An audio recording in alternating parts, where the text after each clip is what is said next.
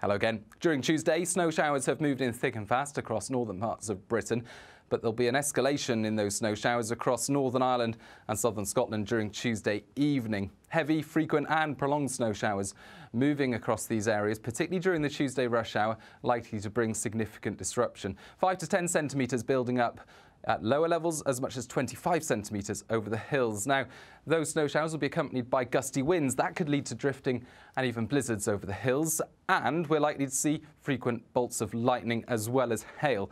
So some very wintry, some very lively weather in these areas overnight could cause significant disruption to power supplies, to transport and to local communities, hence an amber warning in force. Elsewhere across much of northern Britain, yellow warning in force for snow and ice. There will be further snow showers for many places. And across the whole of the UK during the night, well, it's cold enough for snow even as far south as southern England. But here, of course, it will be very hit and miss. These are showers, so variable amounts from place to place. Could see a covering in a few places. Other places, particularly eastern England, seeing very little snow.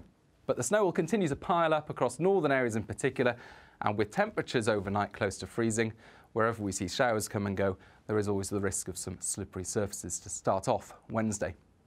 Further showers as we begin Wednesday. Of course, there'll be wintry scenes out there, a good decent covering of snow for many areas, but gradually through the morning, actually it starts to brighten up across England and Wales, some prolonged sunshine coming through, and the winds starting to ease following a very blustery night.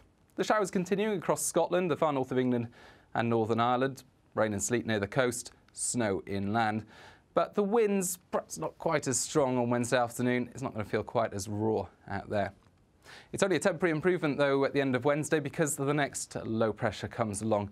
And this is going to deepen rapidly during Wednesday as an active jet stream pushes it in from the Atlantic.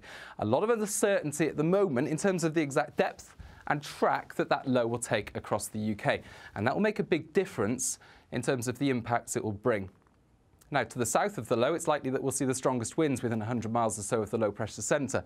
To the north, here we've got very cold air remaining. And as that low brings in a bout of heavy rain, well, that rain's likely to bring a spell of significant snow just to the north of the low centre. So the track that the low takes through Wednesday night is key in terms of the type of weather that we'll see across the British Isles. It's likely to bring a spell of very wet and very windy weather. And at the moment, the best estimate is that it's through these central areas that we'll see 70, locally 80 mile/hour gusts. That could cause significant disruption, a wind warning in force. But across the far north of England, southern Scotland and, for a time, Northern Ireland, it's here that we're most at risk of seeing another spell of significant snowfall, particularly, again, over the hills with further accumulations. In the far north, we'll just see a continuation of those wintry showers and it won't be quite as windy.